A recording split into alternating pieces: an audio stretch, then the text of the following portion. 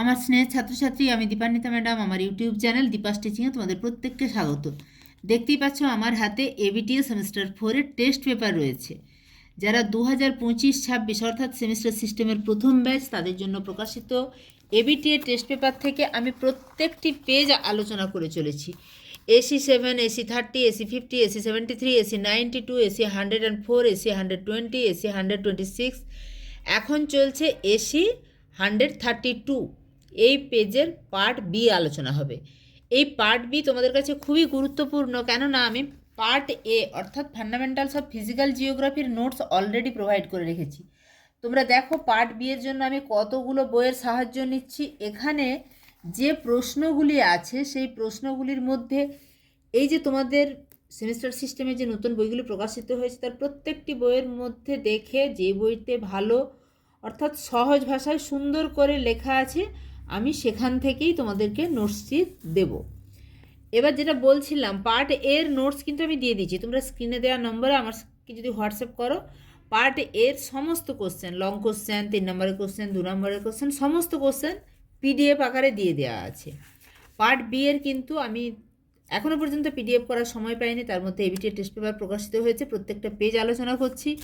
এখানে যেমন জনসংখ্যা বৃদ্ধি সম্পর্কিত ম্যালথুসিয়ান তত্ত্ব, মানব উন্নয়নে কল্যাণমূলক দৃষ্টিভঙ্গি যেটা অমর্ত্য সেনের, বিশ্ব জনসংখ্যার পরিবর্তনে পরিব্রাজনের ভূমিকা, জনসংখ্যা নিয়ন্ত্রণের নীতি পরিমাপ পদ্ধতির প্রয়োজন হয় কেন, এই প্রত্যেকটি কোশ্চেনের মধ্যে কোন কোশ্চেনটি বারবার আসছে এবং তার উত্তরটি কোথা থেকে সবচেয়ে ভালো হবে সেটা লিখে দেব, সেটা তোমাদেরকে জানিয়ে দেবো। আর লিখে রেখেছি 2 নম্বরের প্রশ্নগুলো। এটা শুধু এই পেজে বলে নয়, 2 নম্বরের প্রশ্নের উত্তর কিন্তু সমস্ত পেজের জন্যই লেখা আছে। যারা অলরেডি আমার চ্যানেলে আছো তারা জানো 2 নম্বরের প্রশ্নের উত্তরগুলো কিন্তু এভাবে আমি তোমাদের জন্য লিখে দিয়েছি। তাই চ্যানেলের নতুন হলে অবশ্যই চ্যানেলটা সাবস্ক্রাইব করে নিও। গুরুত্বপূর্ণ এই তথ্য প্লাস ভিডিওটা অবশ্যই বন্ধুদের মাঝে শেয়ার করে দিও, অবশ্যই একটা লাইক করে দিও। তো চলে যাব প্রথম কোশ্চেন, জনসংখ্যা বৃদ্ধি সম্পর্কিত ম্যালথুসিয়ান তত্ত্বটি ব্যাখ্যা করো। তোমরা খুব মন দিয়ে দেখে নাও কতটা অংশ লিখবে। 1798 সালে জনসংখ্যা ও খাদ্যের উৎপাদনের মধ্যে সম্পর্ক উপস্থাপন করতে গিয়ে Thomas Robert Malthus an essay on the principles of population শিরোনামে 2 খণ্ডে বিভক্ত একটি বই প্রকাশ করেন এবং সেখানেই তিনি জনসংখ্যার বৃদ্ধি সম্পর্কিত তার বক্তব্য পেশ করেছেন। এই বক্তব্যের ব্যাখ্যা বা মূল বক্তব্যটা কি? ম্যালথাসের যে জনসংখ্যা তত্ত্ব, সেখানে বলা হয়েছে জনসংখ্যা বৃদ্ধি পাবে প্রতি 25 বছরে ডবল হিসাবে। কীরকম করে দেখো, ধরো এখানে এই যে রোটা গেছে এটা হচ্ছে বছরের রো, 0 থেকে 25, 25 থেকে 50, 50 থেকে 75, এইটা হচ্ছে 25 বছরের গ্যাপ আছে। এরকম করে 200 বছর পর্যন্ত যদি দেখা যায়, সেখানে জনসংখ্যা একদম প্রথমে যেখানে আমরা 0 স্টার্টিং, বছরের যেখানে স্টার্টিং সেখানে ধরো 1 ছিল, 25 বছর পরে সেখানে 2 জন, আর 25 বছর পরে মানে 50 বছরের মাথায় সেটা 4 জন, 4-এর দ্বিগুণ 8 জন, 25 বছর অন্তর অন্তর 8-এর দ্বিগুণ 16 জন, 16-এর দ্বিগুণ 32, 64, 128, 256। এইভাবে জনসংখ্যা গুণিতক হারে, যেটাকে বলা হচ্ছে জনসংখ্যা জ্যামিতিক হারে বৃদ্ধি ঘটে চলেছে। সেখানে খাদ্যের উৎপাদন কিন্তু এতটা দ্রুত বৃদ্ধি পাচ্ছে না। খাদ্যের উৎপাদন বৃদ্ধি পাচ্ছে সরল রৈখিক ক্রমোচ্চ খাদ্য উৎপাদন রেখা, দেখো সরল রেখার আকারে। এখানে এই যে এভাবে এতটা দ্রুত উঠে গেল, এখানে 25 বছরে কি হয়েছে না, যেখানে 1 ছিল ধরো কোটি টন বা মেট্রিক টন, সেটা 25 বছরে 2, তারপরে 3, তারপরে 4, তারপরে 5, এইভাবে গাণিতিক হারে বৃদ্ধি পাচ্ছে। আর এটা গুণিতক হারে বৃদ্ধি পাচ্ছে। এই খাদ্য উৎপাদন বৃদ্ধি 25 বছর পর খাদ্যের উৎপাদন মাত্র 1 একক করে বাড়ে। প্রতি 25 বছর পর পর যেহেতু গাণিতিক হারে খাদ্য উৎপাদন বাড়ে, সেহেতু খাদ্য উৎপাদন 100 বছরে 5 গুণ, 200 বছরে 9 গুণ বাড়ে। আর এটা যেমন গাণিতিক হারে বললাম, এটা গুণিতক হারে, যেটাকে জ্যামিতিক হার বলছে। 200 বছর পর সেটা এখানে যেটা 9 গুণ হয়েছিল, এখানে সেটা 256 গুণ। ব্যাস এটুকুই লেখা, 3 নম্বরের জন্য এটাই যথেষ্ট। চলে যাব পরের প্রশ্নে। পরের প্রশ্ন দেখো, জনসংখ্যা নিয়ন্ত্রণের নীতি ও পরিমাপ পদ্ধতির প্রয়োজন হয় কেন? জনসংখ্যা নিয়ন্ত্রণের নীতি বলতে, জনসংখ্যা নিয়ন্ত্রণ এটা একটা বিশাল রকমের সচেতনতা। তাই একদম পুরো দেশ জুড়ে বা প্রত্যেকটা দেশের ক্ষেত্রে পপুলেশন কন্ট্রোলের পলিসি থাকে নির্দিষ্ট। সেই জনসংখ্যা নীতিটা কি আগে বলবো, তারপরে এই নীতির প্রয়োজন কেন সেটা আলোচনা করব। জনসংখ্যা নীতি হচ্ছে একটি দেশের সরকার কর্তৃক, যেটা বলছিলাম, জনসংখ্যা মানুষ যদি সচেতন না হয় এবং এই সচেতনতা যদি সরকার কর্তৃক গৃহীত পরিকল্পনা বা কৌশলসমূহ হয়, তবেই সেটা সবচেয়ে বেশি এফেক্টিভ হবে।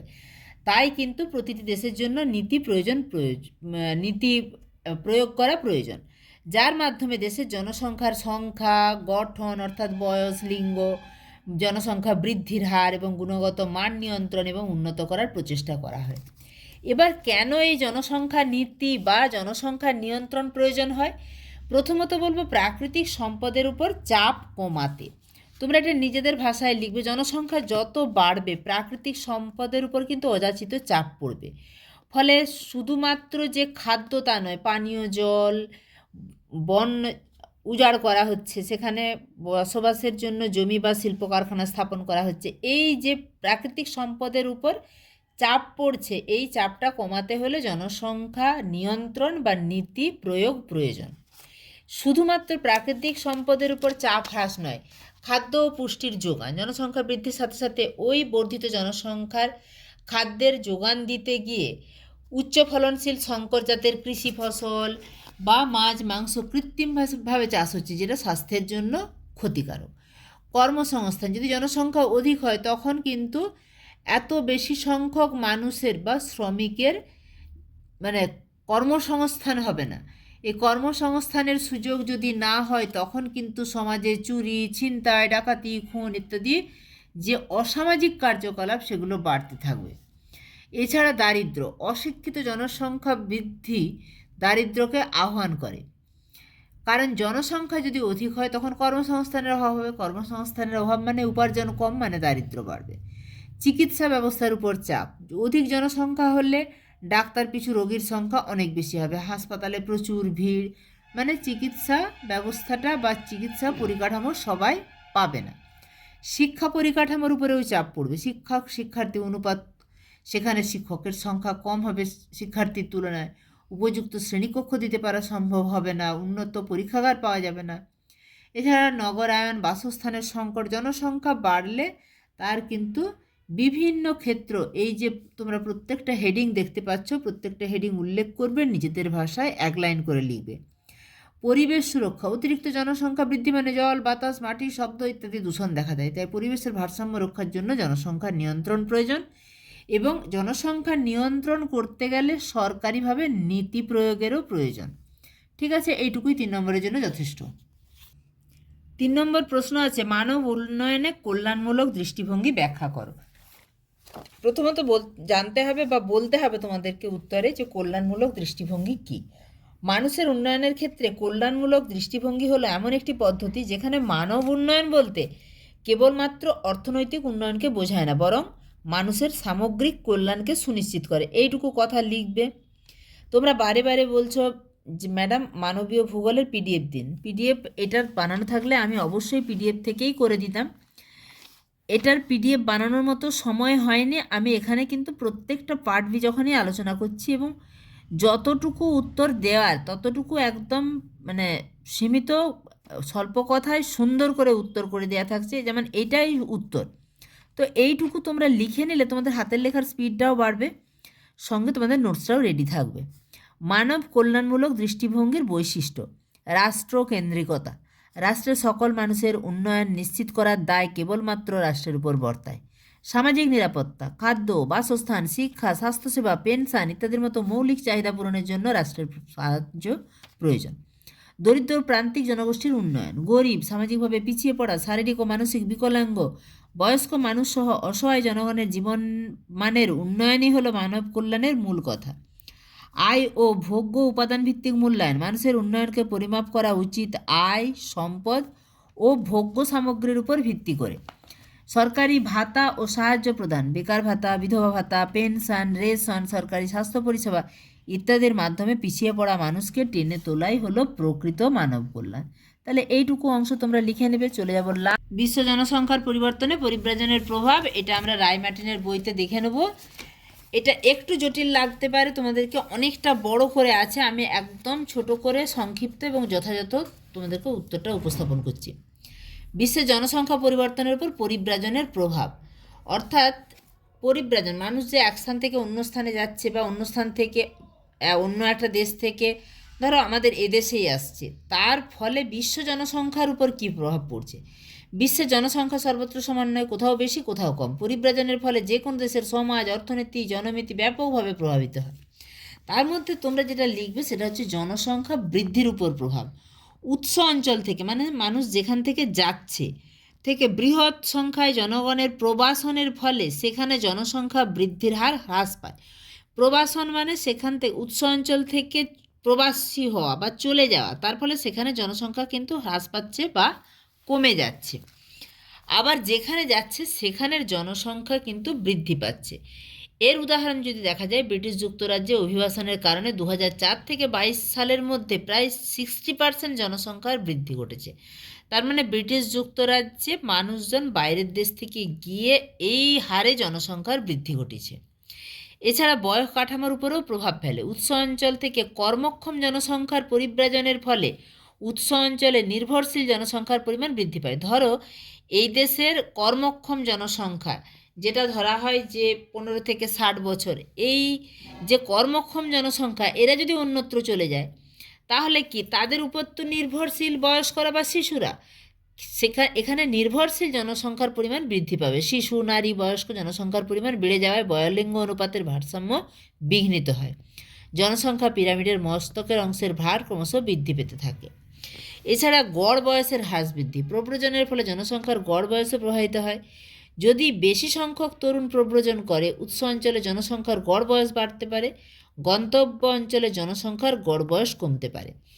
এটা যদি নাও লেখো, এটা অবশ্যই লিখবে জনঘনত্বের তারতম্য। পরিব্রাজনের জন্য ব্যাপক হারে জনঘনত্বের তারতম্য ঘটে। অন্তর্মুখী পরিব্রাজনের কারণে কোনো অঞ্চলে জনঘনত্ব বৃদ্ধি পায়। অন্তর্মুখী মানে সেখানে আসছে, আর বহির্মুখী মানে বাইরের দিকে চলে যাচ্ছে। বহির্মুখী পরিব্রাজনের কারণে যেখান থেকে বহির্মুখী হচ্ছে সেখানে জনঘনত্ব হ্রাস পায়। আয়ুষ্কালের উপর প্রভাব, পৃথিবীর বিভিন্ন অঞ্চলে জনসংখ্যার প্রত্যাশিত আয়ুষ্কাল ভিন্ন ভিন্ন হয়। তাই কোনো গন্তব্য অঞ্চলে যদি অধিক আয়ুষ্কাল সম্পন্ন গোষ্ঠীর অভিবাসন ঘটে তখন স্বাভাবিকভাবে ওই অঞ্চলের যে মানুষজন তাদের প্রত্যাশিত আয়ুষ্কাল বৃদ্ধি পায়। তাহলে এতগুলোর উপর প্রভাব বিস্তার আমাদের 3 নম্বরের জন্য যথেষ্ট। এরপরে 2 নম্বরের প্রশ্নের উত্তরগুলো কিন্তু আমি ডায়েরিতে তোমাদের জন্য সুন্দর করে ছোট করে লিখে দিয়েছি। এরপরে 2 নম্বরের প্রশ্ন, উদাহরণ সহ কাম্য জনসংখ্যার সংজ্ঞা দাও। বয়োলিঙ্গ পিরামিড কি? মানব উন্নয়ন বলতে কি বুঝো? ক্রয় ক্ষমতার সমতা বলতে কি বুঝো?